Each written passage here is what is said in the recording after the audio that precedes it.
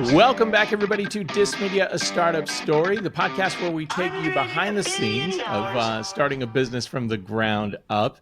And, we've had more than a few guests on at this point. We're kind of in this rhythm now where we're getting people in talking about business, talking about startups and SEO, financing, funding, and how you find people with money. And then kind of importantly today, we're going to talk about when you do have that funding, or even if you're seeking that funding, how do you manage it? How do you take control of all of that and make sure that the resources are there? One of the biggest challenges I think that we've kind of discovered over episodes here, or if you're running your own business, is capital is precious. It is a resource that is necessary to be sustainable, and a resource necessary to keep things going. And so one of the things we like to do is explore topics that get into that.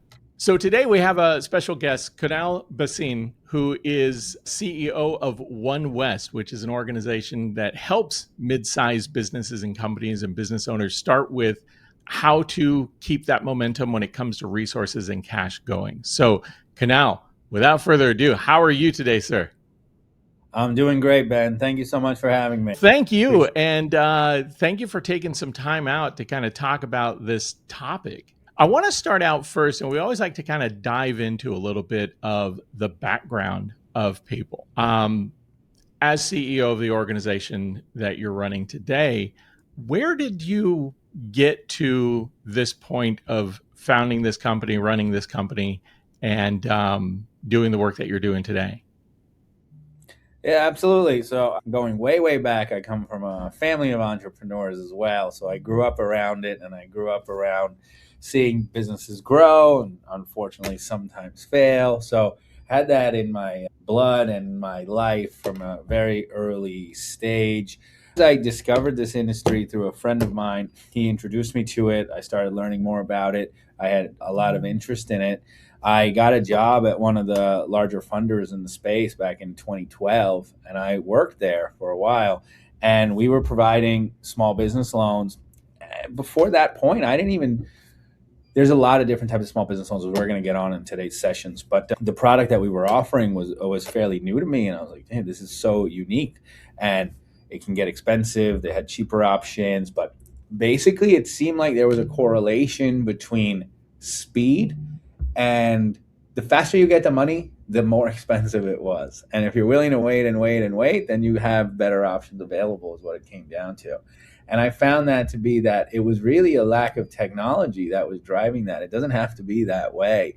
It's just that typically the lower rates are coming from banks and more institutional type money, and they tend to move slower and don't have as much technology and can't process everything as fast. And I think you have those roads converging now, where some of these better options are becoming available to business owners who just don't have time, which is most of them.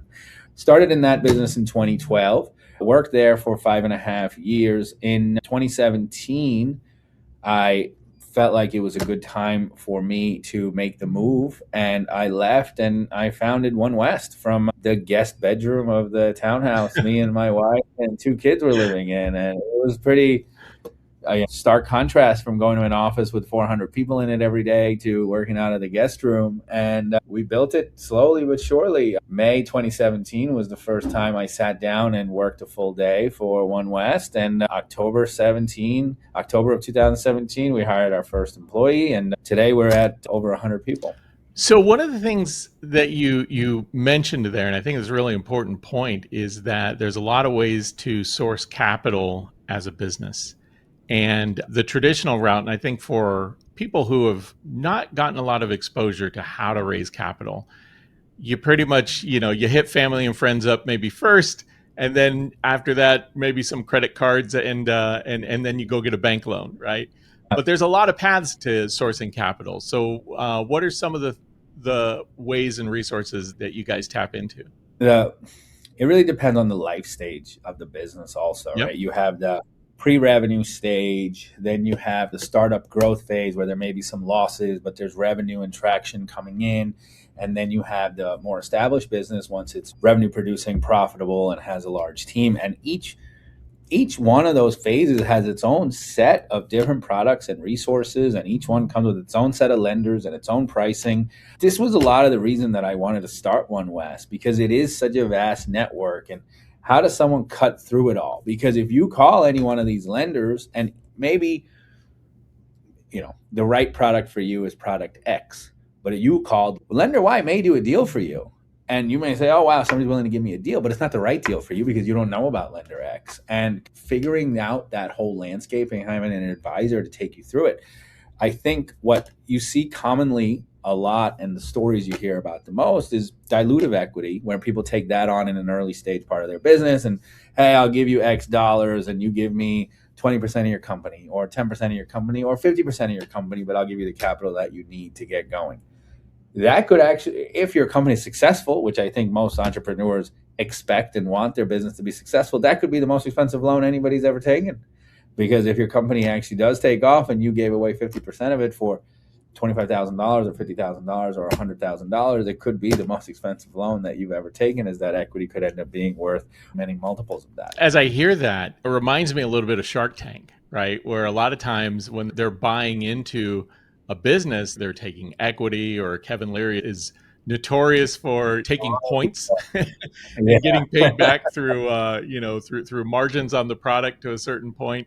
But to that point, I mean, yeah, you may unwittingly get into a situation where you've given away way more of your company than it could potentially be worth down the road. Exactly. And Go ahead. Yeah, I'm sorry. as someone who helps companies navigate on this side, there, I would say you gave the pathway earlier, right? You start friends and family, and then credit cards, and then banks. I think that's what most people would say is the general life cycle. But there are other resources too, the SBA being one of the best ones, whether SBA has startup type loans for up to $50,000 that they can help if you're trying to start a business.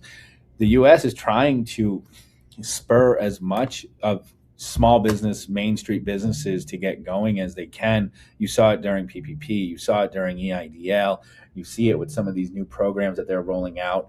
The banks that are actually the ones issuing and distributing the SBA loans are trying to get faster. They're trying to compete with the alternative lenders. And you're seeing a lot of that now. And I think that's another big area. You mentioned bank loan, I'm mentioning SBA loans. Sometimes those terms are used interchangeably, but they are a different set of products, as the banks offer their own balance sheet lending, and then the SBA has their own. But as an early stage business, small or mid-size, those SBA loans, the 7A, the startup loans, the micro loans, as well as the 504, if it makes sense and the real estate makes sense, those are great resources. The terms are very generous considering the current market environment, and the SBA works with small businesses to get those approved, and we do them every single month. And so, just for those who may not be aware, because sometimes when you, especially if you've got no exposure to this and you're kind of getting into it, you've started a business and you want to grow it. Maybe you started it in your kitchen, right? And you're like, I want to buy a food truck. I want to expand what I'm doing. And you hear this like SBA loan. Now, the SBA doesn't actually give you the money, right? They're more of a loan guarantor. That's right. How do you help people kind of get through that? Like, do you help them prepare for the documentation that they need for the SBA? Tell me a little bit more about that. Yeah, as a small business owner, the term SBA loan, you're right, it can be confusing for people. It's, oh, do I need to contact the SBA? So the SBA provides a guarantee on these loans. So they go to the banks and say, if the customer ultimately ends up defaulting and it met our guidelines for an SBA loan, the SBA is going to cover the bank for up to 80% of the losses. So if a small business takes a loan and it met the guidelines for the SBA and got the stamp of approval, which the bank is handling with the SBA, the customer is not doing any of that, and the loan ultimately ends up defaulting, the bank's only on the hook for 20% and the SBA is on the hook for 80%. That's essentially what that guarantee is saying. Yeah. And that allows the bank to issue the loan at a lower rate than their risk parameters would otherwise allow for, or it allows them to make the loan at all. They wouldn't make the loan without it. So it's like having the bank essentially has that collateral, even though it may not be a collateralized loan, but they have it through the federal. And then, That 20% oftentimes can still be, if you're buying equipment, there's a lot of ways to liquidate a business and hopefully make up that 20% gap. So you would still be dealing with the banks themselves, and then you have your preferred banks and your non-preferred banks. And typically, One West will only work with the preferred banks on the program because it makes the process a lot faster and easier. And then, yeah, we would collect the documentation. We would be submitting it to the lender that we're working with. We would be getting feedback from them. And a lot of times, I hear small business owners say all the time, well, I got declined by the SBA already. You didn't get declined by the SBA. You got declined by a lender who works with the SBA. It doesn't mean that every single lender that works with the SBA is going to decline you. They don't have a 100% guarantee, so they still have to underwrite that 20% piece. And the banks have different risk appetites. They may decline a transportation business for no other reason except we did 20 of these deals last month. Let's not do any more. We can't just fill the whole balance sheet with transportation businesses. And that's got nothing to do with the business, but it's just a state of the bank. They don't want to do it. It's funny. What you just said there reminds me a lot of even when you go down the venture capital route looking for a raise. You go, create a raise round. And a lot of times, founders will sometimes get a little dejected because they'll get a no or a few no's, but it's never really clear why the no. The no could be, to your point, they don't want to oversaturate their portfolio in that direction. It could be that, they want to they're holding out because they want to get into something else and just not that. But it's not because of your business. It's not necessarily your product or has anything to do with that. It could just be other parameters that are out there. So I guess the point is keep trying, right? Venture capital guys is they're already invested in a adjacent competitor and they don't want to invest in a competitor to each other. And you hear that one on Shark Tank all the time too. I'm already in a deal that's very similar to this. I can't get involved. Right. Yeah. They want to keep that focus narrow because they want to get more out of what they've already put into. Exactly. So when you're working with small businesses and talking about Runway, what are some of the things that you try and help people with? Because I'm trying to imagine like your, and maybe you can help clear this up a little bit. Like when you think about your customer profile, who are some of your kind of your ideal? And I hate to lock you into that because I don't want to turn people away from saying, oh, well, they're not for me. But like, at what stage or what is that kind of profile of a customer that you guys know that you can really excel with? So we focus mostly on non-dilutive capital, and we're looking for businesses that are in business for at least 6 months already and are generating revenue, at least $5,000 to $10,000 a month, depending on industry, is kind of the lower end. That is our target customer. But we get customers every single day that don't fit into that criteria, whether they're a startup and just getting started, or they are looking for venture type capital. Those we partner with other firms that we refer out and say, hey, we can't do the matchmaking for you here at One West, but talk to this company and then they'll help you on that side. But the target market that One West works with day in and day out is 6 months in business to as many years as you can think of that are looking for a loan for a business, not direct equity contribution into the business. And number one funders on the platform are between the SBA and the banks, and then you have the alternative funders. And we have a Kayak. Your listeners and all of us have used Kayak or Expedia. Our process runs much of the same way, where the customer's coming in, they're connecting their banking data through Plaid or one of these services, and they're allowing us to pull credit on the business and in some cases on them personally, and that's a soft pull always. And then we gather all that information that Plaid and the bureaus give us. And then based on that, we're submitting the file to the lenders. And we're getting instant or very close to it responses from the lenders. And then once we have the options available, we display them to them like Kayak displays flights for you. This one's a little bit more expensive, but needs less documentation. This one is your cheapest option, but it takes 3 weeks to fund. This one can fund in 5 minutes, but it's very expensive. Which one would you like to proceed with? And then we have our agents available via chat, or you have your representative's phone number and email. and our agents will also proactively reach out if the customer has not accepted an offer. So there's ways to talk to somebody throughout the entire process, or if you're in a rush and you want to go, you can just self-service yourself the whole way through until the loan's funded. So when you're a small business, and out of curiosity, is there a particular industry that you focus on, or are you guys kind of broad? We have our top industries. We can service most of all industries, but I would say medical for 2025 was one of our highest, not medical in the sense of hospitals and insurance companies, but medical as primary care doctors, dentists, the practices. So medical was very big for us in 2025. Restaurants has been top 3 every year since I started the company. That's an industry we understand really well, that we've worked very closely with. Interesting times working with that industry during COVID, but everyone got through that time as well. So restaurants are also a big one. Retailers are a big one that we work with. Anything with a storefront retail, we work with a lot. Anything with a storefront services or retail, we work with a lot. And then trucking is also very big. Has always been very big. Yeah, there's a lot of capital, investment when it comes to that. Absolutely. Necessary. Equipment side and the working capital side. So when you think about Runway, like if you are a small business, you're going to start a food truck, going to start a restaurant, buying equipment as a transportation company.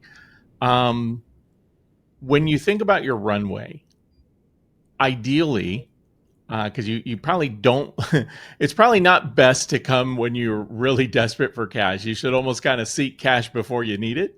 What would you advise people to do when they're looking at their cash flow and kind of considering whether or not they need access to more capital? I have this conversation a lot. The first thing that they need to look at is their expenses. So before you run and take a loan, and we run into customers, I'm like, hey, you have 5 loans already. What's the plan here? This doesn't make sense. You're crushing your cash flow. You have a good business if you didn't have all this debt on there. Customers need to look at their expenses and their balance sheet first, really, is the first place that I look at with them or advise them to look at and see how they can run more efficiently and if they have to make tough decisions. And then if the loan is needed to extend the runway, then we look into that. And you're 100% right. The majority of our customers come when they need the money in the next few days. They don't come with the foresight of, hey, I'm looking at my runway and I'm going to need money 4 months from now. And that's why a high percentage of our customers, we stay agnostic in the choosing of the kayak drop down of all the different loan options for them. Our platform is called Able, and they're looking at them, but over 55% of our clicks are to the one that funds the fastest, not the one that's the cheapest. Yeah. Yeah. So do you ever get people looking to sell off their receivables or anything like that?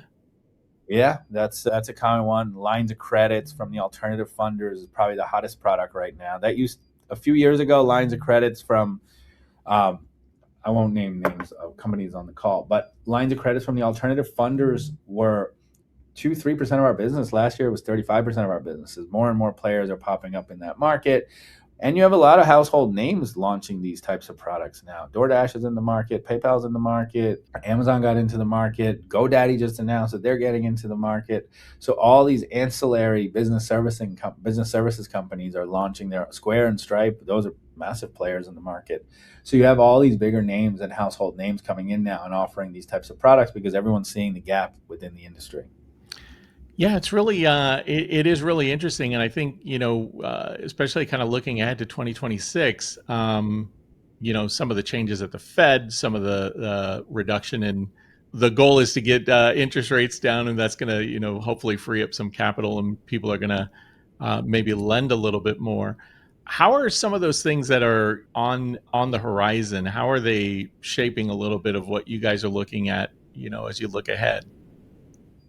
Yeah, I think you saw a little bit of the interest rates started to pull back in 2025, and the lower interest rates is certainly good for our business and for our industry overall. The tariffs were a tumultuous thing of 2025. Yeah, that's true. I'm sure you had a lot of people hitting you up. You got product on the water, and all of a sudden, 20-30% more. The numbers were changing so fast. It was like between Monday and Friday, there would be very different bill that was coming to them once the goods got to port, and that was a hectic time. So I think the interest rates pulling back will certainly be a breath of fresh air, both on the real estate side as well as on the unsecured side, as those lower rates is going to push more dollars to be lent out, and then that'll ultimately drop the prices and the cost of borrowing to the small business owners. But we look forward to this year, given that the anticipation is that interest rates will continue to drop.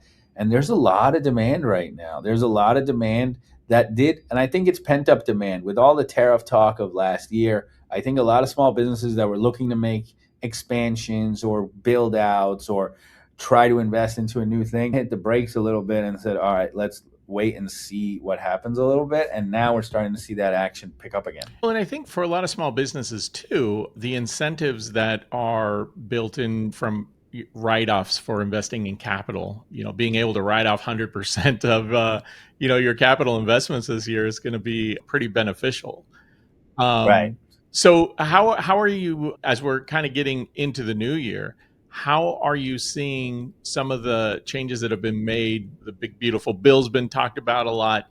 How is that affecting some of the people that are coming to you, or some of the businesses that are popping up now? Yeah, we're seeing a lot more, especially on the equipment side of our business, which is a growing piece.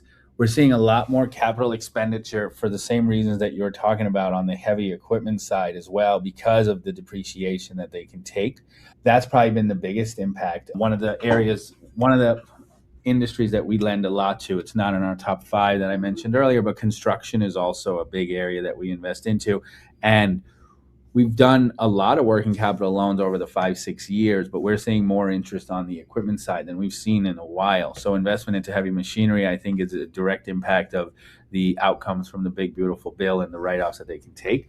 So that's one area that we've certainly seen it. And I think that's what it is. The capital expenditures, people are picking up on that side now that they know the benefits of it on the tax side for them. And that's why we're seeing this request for capital, because they can deploy it and then capture those savings on the back end. So when you think about this industry that you're in, what are some of the trends that are going on that that maybe you feel like there's information or an approach that people maybe haven't considered in the past that it's opening up and creates a little bit more of an opportunity for now? I think the biggest one, you mentioned it earlier, the selling of the receivables. Those tend to be the highest interest business loans that I have seen. Yeah. They have the most aggressive marketing and they have the most aggressive outreach to small businesses. And I see customers taking that way too often because they don't think that there's other options available for them. And like I was mentioning earlier, lender X is your best option, but you end up talking to lender Y and you end up going down lender Y's path, and it's not the right path for your business. There are instances where selling a piece of your receivables, if you need a cash injection today and you can pay it off in 3 weeks, okay, it may make sense. But to use that as your long-term permanent financing, there's no business that I'm aware of that can sustain those margins long enough term to make those payments for a long-term period of time. Having the education around these other products that are available, whether it be equipment finance, whether it be factoring, whether it be a bank loan, whether it be some of these SBA programs that I was mentioning earlier, whether it be the microloan SBA program, whether it be grants that often pop up on the SBA side, just educating yourself on all the products and having the foresight of planning. Don't go to get money when you need the money that day. It's going to end up being extremely expensive. Right. You can go with the foresight of planning and get your paperwork together. Getting that right loan is the most important part. And too often I see people come to us when it's too late, and the conversation is not, hey, how can we get your runway stretched out? The conversation is not, this is what I need to invest in the next quarter so I can have, this is my plan and this is the expenses and this is how much I need. The conversation is all too often, I've taken these loans and now I'm stuck. And that unfortunately puts us behind the 8 ball. Of course, we help those people and do what we can, but it makes our jobs a lot harder. And it's not going to be as effective as if you had just come to us in the front. Yeah, because this is something that happened in the past is that, people will take an adjustable rate like balloon kind of loan. And what ends up happening is when we have a downturn and all of a sudden that adjustment is huge and then it becomes due, Yeah. that puts a lot of businesses in a bind and ultimately, creates a lot of bankruptcies or, going out of business almost immediately. Yeah, coming out of the financial crisis also with people's homes, so many adjustable rate mortgages on people's homes. And it's the lack of knowledge in what people are signing up for. People will take a loan so quickly without fully understanding what it is. That's why we really try to spell it out on our platform right there on that front page while you're selecting the offer. Because some of the contracts from the lenders can be overwhelming too. It's 44 pages. Just people are so used to, when the privacy policy pops up on a website, just to click. Scroll down to the bottom and click. Just Sure. keep going. Yeah. You can't do that on a loan agreement. You're signing a loan agreement now. It's not a privacy policy. Yeah. I think that's a good point. I think that's quite honestly how a lot of people got in trouble during the housing bust is they just had no idea what they were signing up for. Right. So when you think about businesses that are needing capital, what would you advise would be the optimal kind of number of days ahead of time that you should reach out and start getting this process going? Yeah, I think the first would be to shop the different brackets of the categories of the type of financings that are out there. And we talked about some of them on this call today. Figure out which product is right for you, or use an advisor like One West, or there's several of them out there that can help. Make sure you check the reviews and figure out who's reputable and who does a good job. And you can check BBB or Trustpilot for the reviews and find a reputable company to help you navigate it. If you want to navigate it yourself, there's good resources out there like NerdWallet, which will teach you about all these different products. Figure out which product you want, then figure out which lender that you'd like to work with within that product. If you start with searching for the lender, and I think that's where people go wrong as well, products don't have big marketing teams. Lenders have big marketing teams, and they're the ones doing all the outreach. So the people see lender and they're like, oh, this lender seems good. Yeah, they were good, but it was the totally wrong product that you needed. So figuring out which product first and then lender is the first step in getting this correct. Yeah, I think that's what kind of what I like about what you've told me about what you guys do there, which is you have a broader knowledge of what's happening in the industry and across a lot of different lenders. Because if you're not an expert at this, if you don't work in this space every day, it's really hard to know what the right decision is to make. And so oftentimes I think people just pick the decision that's make the decision from the options that are in front of them without any idea of what other options exist out there. And we all do it. Sure. We all do it for smaller purchases. If we're buying something for buying a printer or a laptop, I don't know, someone who's in that business could probably get a better deal than me because they know the ins and outs of how it all works and who to call. But for a loan, something your business is signing a guarantee on, it's important to educate yourself or find someone who can help you navigate that process. It's not the same as buying something from the mall. Yeah, no, that's very true. I think it's always important to try and work with people who that is their thing. That is the industry they're in. It's the job that they have because they have the most exposure to it every day. And you're just going to know kind of the patterns of what's happening and when things are changing or even on the horizon to change. Hopefully 2026 is going to shape up to be a pretty good year, but who knows?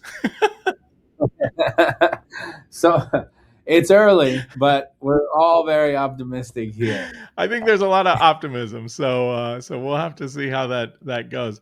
So, Kunal, thinking about One West and all the things that we've talked about today, is there anything that you feel is maybe something we didn't touch on that is important for people to know? Yeah, when working with an advisor, also this goes back to choosing the right advisor up front. They should be able to provide you with multiple options. If they're only providing one option, a lot of times I would also be a little bit skeptical because what a lot of unscrupulous advisors will do is show all of the advisors get paid a referral fee from the lenders for delivering the business to that lender. That's the revenue model for us. That's the revenue model for all the other advisors out there. When an advisor only shows the one offer, oftentimes it's the one that's paying them the highest referral fee, which again may not be the right one for the small business owner in question. We go and show all of the offers, which sometimes can be too much information overload, and we're always looking at ways on how to structure it so it can be easy to digest and understand. But it shouldn't be one. It should be at least 3 or 4 different options where you can choose from. So that way you can pick the one that works best for you, not necessarily the best one for the advisor. I'm a data person by nature, and so I'm one of those people. Like, I like to know all my options, and I kind of get into the sub options, and what makes. We used a kayak comparison a few times, and they do the same thing. You'll see a direct flight from New York to Miami for $250. Then you'll see one like 2 hours later for $3,000, and you're like, who's going to take this flight? But they show it. People must do it. You never know. You never know. Well, Kunal, I really appreciate your walking us through all of this. Give me a little bit. How do people get in touch with you, with One West, if they want to pursue a little bit more of this and get in touch and find out what their options are? Yeah, if they're looking to apply, they can go to onewest.com and just follow the on-screen steps. And if they want to talk to me directly, Kunal at One West, that's the number onewest.com. And if they want to call in, 888-881-WEST, and they can talk to one of our advisors on the phone, and I'm sure they'd be happy to walk them through the process. Awesome. Well, I really appreciate the conversation and the information. As I was mentioning at the top when we got started here, unfortunately, a lot of businesses, there's a lot of ways. There's a lot of options. There's a lot when it comes to money and resources and financing.